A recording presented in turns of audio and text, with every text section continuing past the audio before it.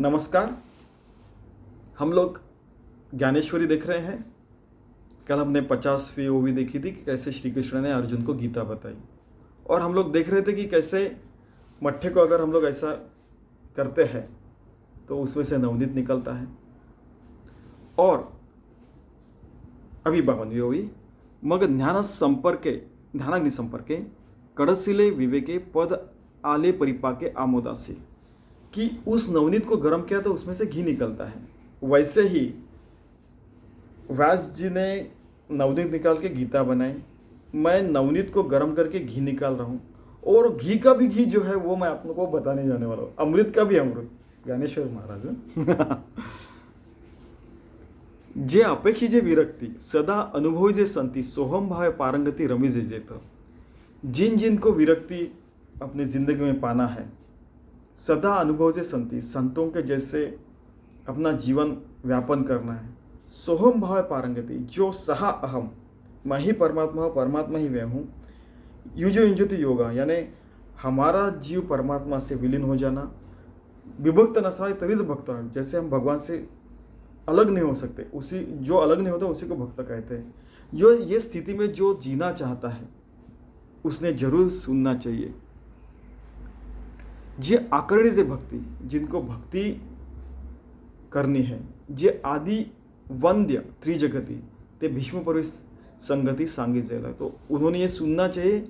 और ये कहाँ आया है, गीता शास्त्र कहाँ आया है?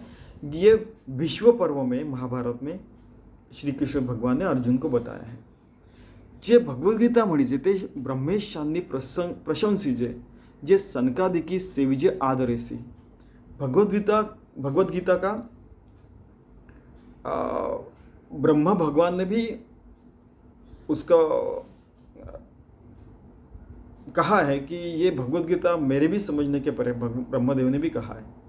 सनकादिक भी यही कह रहे हैं, जो भी सुनते हैं। ठीक है, सनकादिक ने सनक ऋषि, जैसे शारदीय चंद्रकडे माझी अमृतकण कोवळे, ते वेचिती मने मवाळे चकोरात लगे। आपको तो पता है कि चकोर पक्षी है वो शरद ऋतु का जो चंद्र के जो कण रहते हैं उसको प्राशन करके जीता है। कोई मिथिकल बर्ड कहते हैं तो उनको जान दीजिए। हम लोग यहाँ पे परमार्थ की दृष्टि से देख रहे हैं। तिया परी श्रोता अनुभवावी ही कथा अति हळुवारपणे चित्ता आणुनिया। उस चकोर के जैसे हमारा पूरा आत्मा, मन, बुद्धि स्वच्छ करके आप अगर सुनेंगे, और पूरे यानी हलवार, इसका मतलब है कि सच्चे दिल से अगर आप सुनेंगे तो आपको जरूर समझ में आएगा। तिया परी श्रोता अनुभव ये कथा अति हळुवारपणे चित्ता आणुनिया। श्रोता मीन्स सुनने वाले। हे शब्दविना संवादीचे, ये शब्दों बिना संवाद है। इंद्रिया नियंत्रित भोगीचे, ये इंद्रिय सुन नहीं पाते, कान नहीं सुन पाते, नाक जो है सूंघ नहीं पाते, जिह्वा बोल नहीं पाते, आँख देख नहीं पाते, मन समझ नहीं पाता है, बुद्धि उसका आकलन नहीं कर सकती है। फिर भी हम सुन रहे हैं, फिर भी हम समझ रहे हैं, और फिर भी भगवान की तरफ हम परमार्थ मार्ग पे चले हुए हैं। बोला आदि झुंबी जे प्रमेय से, हम समझ के उस भगवान से एक रूप हो रहे हैं। भगवान यानी ज्ञानेश्वर महाराज खुद कह रहे हैं। जैसे भ्रमर परागुनेति, जैसे भ्रमर जो रहता है वो पराग कण उठा के लेके जाता है हर फूल का। परी कमल दळे नीड़ती तैसी परी आहे सेवती ग्रंथि है, लेकिन कमल में वो रात को वो बैठ जाता है, वहीं पे अटक जाता है, और उसको फिर वो कमल दल में रहना ही पड़ता है। वैसे हम इसमें वो फिर कमल वो वहीं पे सो जाता है, और वो कमल में रह जाता है अंदर, और फिर जब कमल सुबह से उगता है तो वहाँ से उड़ जाता है वो। वैसे हम लोग उस भ्रमर के जैसे इस गीता शास्त्र में हम लोग जस्ट ऐसे पढ़े रहे, सुन रहे हैं, और सुखरूपता से बिंदास्त होके, कि इतना सुकून है कि हमें आत्मज्ञान मिलना ही मिलना है, और उसमें आत्मज्ञान में रमान रहना ही रहता है। ज्ञानेश्वर महाराज अल्टिमेट का आपुला ठावो न सांडिता, आलंगे जे चंदू पकडता का अनुराग भोगिता कुमुदिनी जाने। ओके, ये हमने बताया अभी। ऐसे नी गंभीरपणे स्थिरावलेनी अंतकणे आधीला तोची जाणे मानू ये। आप गंभीरता से, स्थिर अंतःकरण से, शुद्ध मनोभाव से अगर इसको जानना चाहोगे तो आप जरूर समझेंगे। अहो अर्जुनाची ये पाती जे परिसणया योग्य होती ती कृपा करून संती अवधान द्यावे। जिनको अर्जुन जैसे होना है और श्री कृष्ण बता रहा है तो सुनने का है। अगर एक रूपता से आप सुनेंगे तो आप जरूर इसको समझ पाएंगे, जैसे संत लोग सुनते हैं, पूरा अवधान देके, पूरा कॉन्सेंट्रेशन करके। हे सलगी में म्हणितले चरणा लागोनी विनविले प्रभु सखोल हृदय आपुले म्हणून या। ये मैं आपको विनंती कर रहा हूँ, मैं आपके चरणों में पढ़ के, ज्ञानेश महाराज हमारे चरणों में पढ़ के कह रहे हैं कि प्रभु, ज्ञानेश महाराज हर व्यक्ति में, हर शक्ति में प्रभु देख रहे थे। सखोल हृदय आपले म्हणून या। आप भगवान की तरह हो, आपका हृदय सखोल है, जिसको अथांगता है, जिसको अंत नहीं है, ऐसे आप सब लोग हैं। इसलिए मैं ये गीता आपकी तरफ सामने बता रहा हूँ।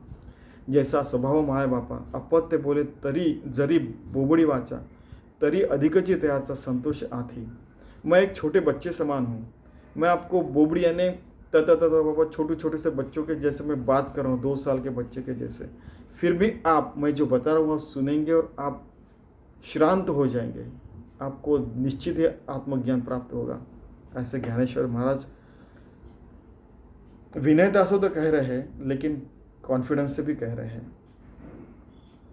तैसा तुम्ही मी अंगीकारिला सज्जनी आपुला म्हणितला तरी उणे सहजी उपसाहाला प्रार्थू काही। वैसा आप मेरा अंगीकार कर लीजिए। आप सज्जन लोग हैं और आपको मेरी प्रार्थना है कि मुझे आप अपना बोलिए, तभी आपको ये सारी चीज़ें समझ में आएंगी। कोई अगर वैर भाव रखता है और कोई तुच्छ भाव रखता है, इसको क्या समझता है, ये क्या है, ये तो ऐसा है, ये सारी चीज़ें रखेंगे तो आप समझ नहीं पाओगे। कहने का दूसरी साइड ये है, परी अपराध और धनेश्वरा प्रार्थना कर रहे कि आप कृपया सुनिए। तैसा तुम्ही मी परी अपराधू तो आणिक आहे जे मी गीतार्थ कवळूप आहे ते अवधारा विनुला आहे म्हणून या। सच पूछा जाए तो गीता का अर्थ समझना अशक्य प्राय है, फिर भी मैं प्रयास कर रहा हूँ। ये तो बहुत बड़ा अपराध हो गया, लेकिन वो अपराध भी आप मुझे माफ़ कर देंगे। मैं आपसे विनंती करता हूँ कि मुझे माफ़ कर दीजिए कि मैं गीता का अर्थ आपको बता रहा हूँ। मुझे आपको कह रहे हैं क्योंकि हमारे इसमें वो भगवान श्री कृष्ण परमात्मा देख रहे हैं। वो चित्त विलासवाद है उनका कि हर जगह चैतन्य में परमात्मा हर जगह, ऐसा ज्ञानेश्वर महाराज समझते हैं, समझाते और यहाँ पे लिख भी रहे हैं। हे अनावर न विचारिता वायाची दिवसा उपनला चित्ता एरवी भानुतेजी का खद्योता शोभा आथी।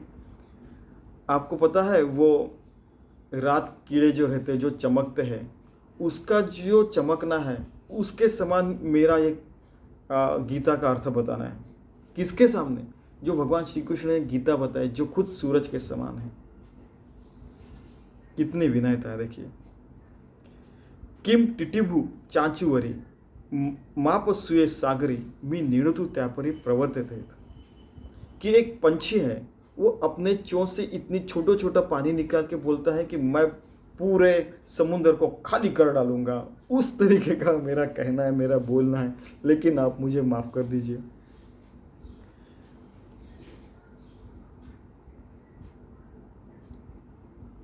किम टिडहू चाचूवरे माप सुये सागरे मी नेणतू त्यापरी पर्वत। ये था ऐका आकाश घेऊसावे तरी आणिक त्याहून थोर व्हावे म्हणून अपाडू हे आघवे निर्धारिता। अगर आपको आकाश का वर्णन करना है तो आपको आकाश से भी परे बड़ा बनना पड़ेगा, तभी उसका वर्णन कर सकेंगे। उस तरीके की मैं गीता से बड़ा होकर मैं गीता का प्रसंग वर्णन करने जा रहा हूँ, ऐसा मुझे लग रहा है और बड़े निर्धार से कर रहा हूँ कि नहीं, ये करूँगा ही मैं। या गीता जी थोरी स्वयं शंभू विवरी जिथे भवानी प्रश्न करी चमत्कारों। इस गीता का अर्थ भगवान शंकर कह रहे हैं, ते तो हरू म्हणे निड़ीजे देवी जैसे का स्वरूप दीजिए तैसे नित्य नूतन देखिए गीता तो। ये दोनों का एक साथ अर्थ बताता हूँ ये गीता तो मुझे समझ में नहीं आती है, लेकिन जैसे मैं समझना चाहता हूँ तो हर रोज़ मुझे आज एक ही श्लोक देखा तो आज इस लेवल पे, दूसरे दिन देखता हूँ तो मुझे इस लेवल पे, तीसरे दिन ये, तीसरे दिन ऐसे ऊंचाई ऊंचाई ऊंचाई के ऊपर लेके जाता है गीता का अर्थ हर रोज।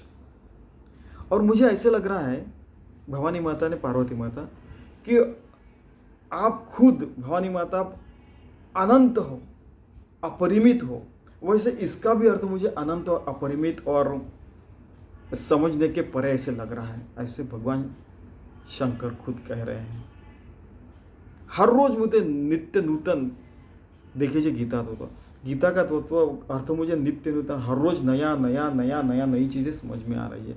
भगवान शंकर कह रहे हैं, जो खुद कापड़ी है, जो खुद अभी भी तपस्या कर रहे हैं, जिन्होंने अरबों खरबों राम नाम लिए, उन्होंने कितना सारा अपना समाधि में समय व्यतीत कर चुके हैं, कितना सारा उन्होंने आचमन किया। उन्होंने केवल 3 आचमन किए तो वो अपने कई हजारों साल तक वो समाधि में थे।